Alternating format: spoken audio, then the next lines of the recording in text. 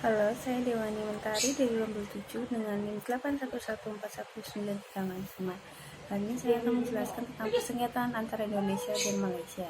Dan secara khusus saya akan membahas tentang kasus kawasan Blok Ambalat. Sebelumnya, Indonesia adalah negara kepulauan yang secara geografis memiliki wilayah yang sangat strategis. Karena Indonesia diapit oleh dua benua, yaitu benua Asia dan Australia, serta dua samudra, yaitu Samudra Hindia dan Samudra Pasifik. Keuntungan akan wilayah ini juga dapat menghasilkan kerugian, seperti mendapat ancaman atas kedaulatan negara serta ancaman atas batas wilayah negara. Indonesia memiliki luas wilayah lautnya hingga 5,9 juta kilometer persegi yang secara tidak langsung besarnya 2/3 dari luas wilayah keseluruhan Indonesia. Indonesia juga memiliki 17.499 pulau dengan garis pantai sepanjang 81 km persegi. Sebelum pemerintahan Joko Widodo, telah terjadi banyak persengketaan antara Indonesia dan Malaysia mengenai batas wilayah atau wilayah. Hal ini wajar dikarenakan Indonesia merupakan negara kepulauan dengan banyak pulaunya yang belum terjamah oleh pemerintah, serta belum memiliki nama. Sengketa merupakan sebuah pandangan mengenai anggapan bahwa negara adalah satu-satunya subjek dalam hukum internasional. Lalu, ketidaksetujuan mengenai hukum atau fakta, serta kebijakan akan pihak lain yang ditolak oleh pihak yang satu lagi juga dapat menimbulkan persengketaan. Dalam sengketa lebih dari satu negara, lembaga, ataupun individu yang dalam keadaannya terdapat perbedaan atau pandangan mengenai beberapa hal.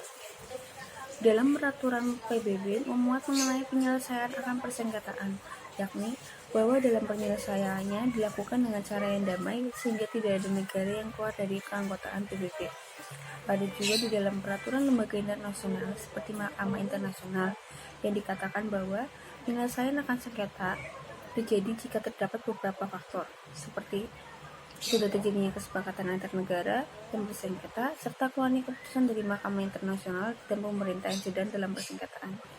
Lalu, mengenai kasus persengketaan Blok Ambalat, sebelumnya, Blok Ambalat merupakan kawasan yang berbatasan langsung dengan Malaysia, yang letaknya di sebelah timur Pulau Borneo atau Kalimantan.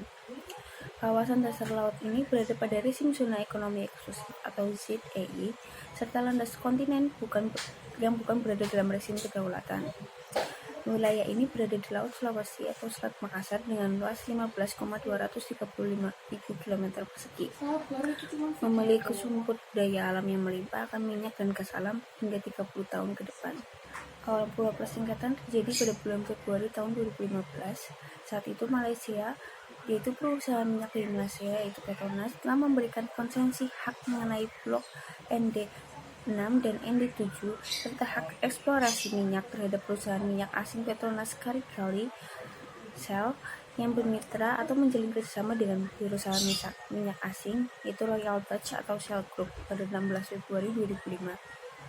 Indonesia sudah melakukan konsesi mengenai wilayah dasar laut yang sama terhadap Eni yang merupakan perusahaan minyak asal Italia dan Uncol pada tanggal 12 Desember tahun 2004. Indonesia telah memberikan konsesi sejak tahun 1960 terhadap perusahaan asing lain di lokasi yang sama serta nama yang berbeda.